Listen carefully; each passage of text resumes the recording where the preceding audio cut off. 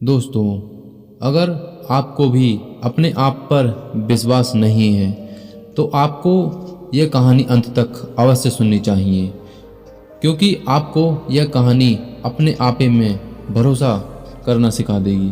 तो दोस्तों, मेरे अंदर हमेशा से ही आत्मविश्वास की कमी रही है। दरअसल इस मामले में मैं और मेरा भाई दोनों एक से हैं।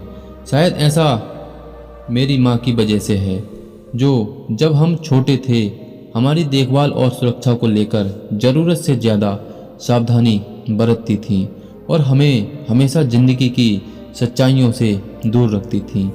पर मैं ये बात दावे के साथ नहीं कह सकता, लेकिन अब समस्या ऐसे बिंदु पर पहुंच गई है जहां इसकी वजह से मेरे करियर पर बुरा असर पड़ रहा है।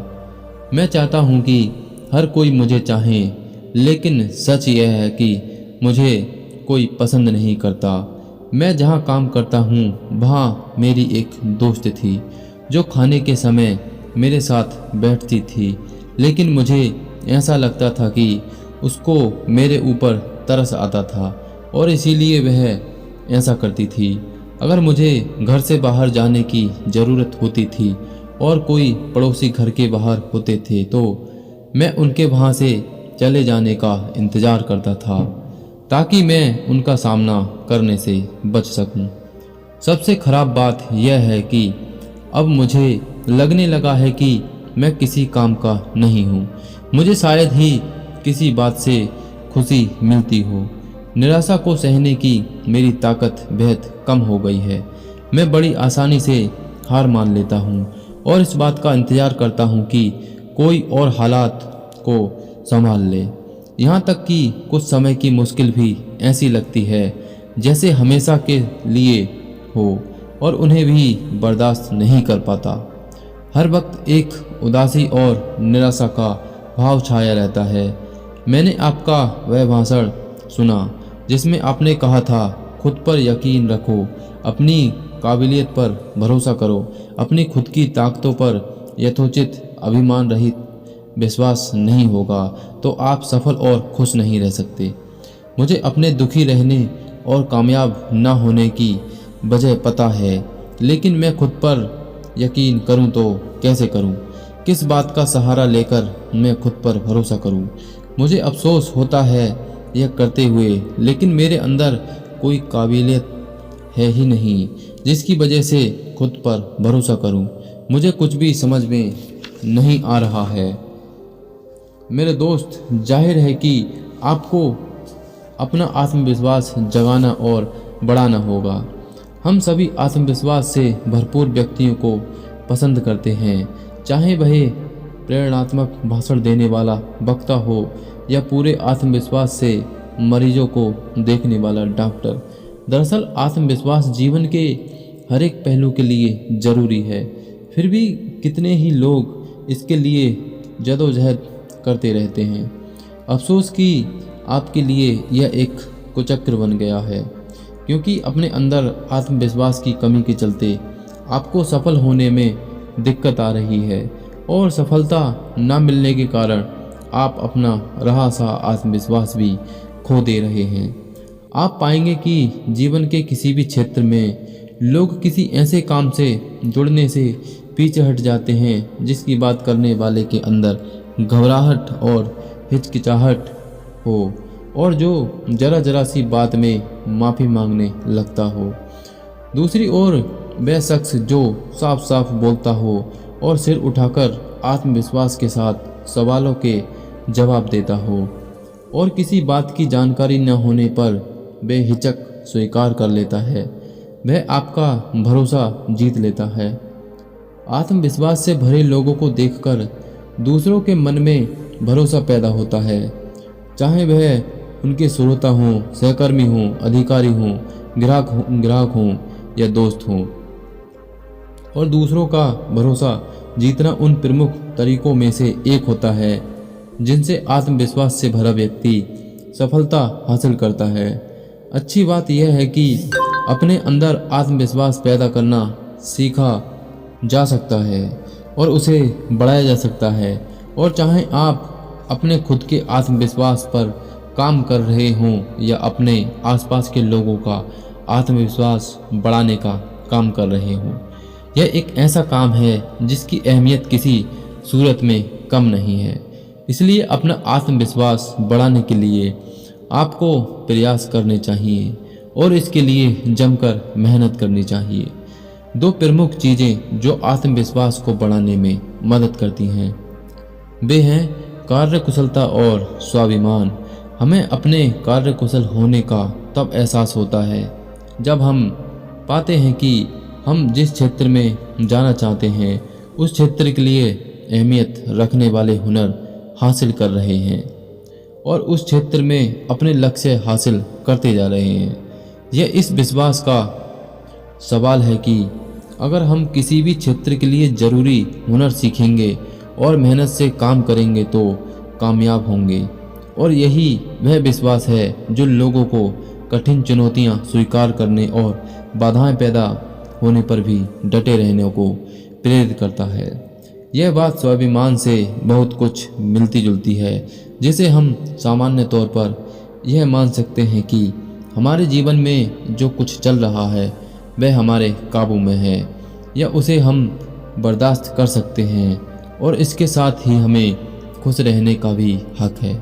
कुछ हद तक तो यह एहसास इस बात पर भी टिका होता है कि हमारे इर्द गिर्द जो लोग हैं वे हमें कितना स्वीकारते हैं और यह हमारे वश में हो भी सकता है और नहीं भी हो सकता।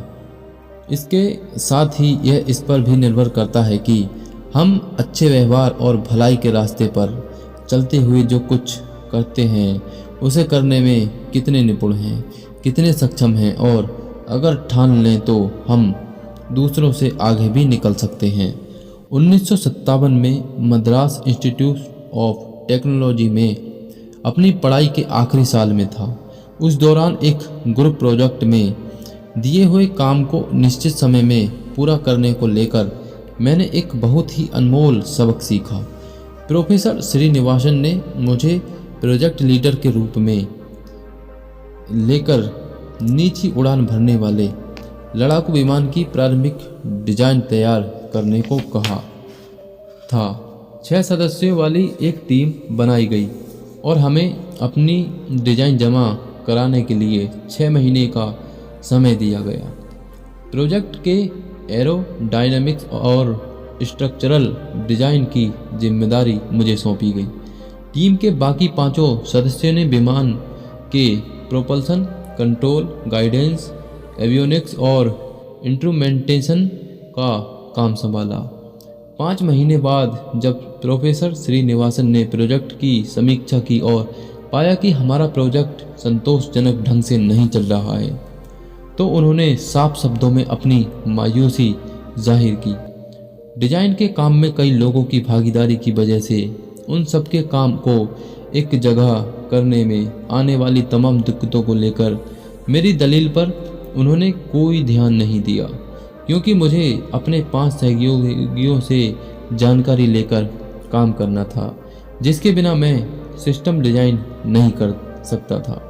इसके लिए मैंने प्रोफेसर श्रीनिवासन से प्रोजेक्ट पूरा करने के लिए 1 महीने का अतिरिक्त समय मांगा। प्रोफेसर श्रीनिवासन ने कहा, देखो आज शुक्रवार की दोपहर है, मैं तुम्हें 3 दिन का समय देता हूँ कॉन्फ़िगरेशन डिज़ाइन मुझे दिखाने के लिए। अगर तुमने मुझे संतुष्ट कर दिया तो तुम्हें 1 महीने और मिल सकते हैं, लेकिन अगर ऐसा नहीं कर पाए तो तुम्हारी छात्रवृत्ति रद्द कर दी जाएगी। मुझे इससे बड़ा झटका जिंदगी में पहले कभी नहीं लगा था। छात्रवृत्ति से ही मेरी ज़िंदगी चलती थी, उसके बिना तो मैं अपने खाने का खर्चा भी नहीं उठा सकता था। दिए गए 3 दिनों में काम पूरा करने के सिवा अब कोई चारा नहीं था।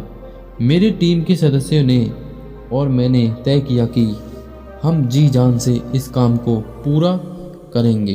रात को भी ड्राइंग बोर्ड पर सिर झुकाकर नज़रें गड़ाए खाना और सोना छोड़ हम 24 घंटे काम में जुटे रहेंगे।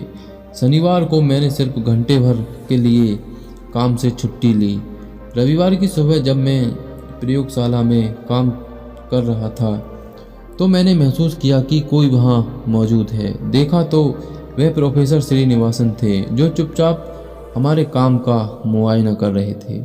मेरे काम को देखने के बाद उन्होंने मेरी पीठ थपथपाई और प्यार से मुझे सीने से लगाते हुए बोले, मुझे मालूम था कि इतने कम समय में काम लेकर मैं तुम्हारे ऊपर दबाव डाल रहा था और तुमसे कुछ ज़्यादा ही कठिन काम की उम्मीद कर रहा था। प्रोफेसर श्रीनिवासन ने हमें पूरे महीने भर तक अंधेरे में हाथ मारने देने के लिए छोड़ने की बजाय अगले 3 दिनों में करने के लिए काम तय कर दिया था। नियत समय में काम पूरा करने के दबाव में हम सफलता की ओर ज़्यादा तेज़ी से बढ़े, जो बीते महीनों में हमसे दूर होती जा रही थी। इस प्रोजेक्ट पर काम करते हुए मैंने अंदर अपने काम की बुनियादी काबिलियत पैदा हुई और अपने साथ काम करने वालों के साथ मिलजुल कर चलने की समझ भी। इस अनुभव से क्या सबक मिलता है?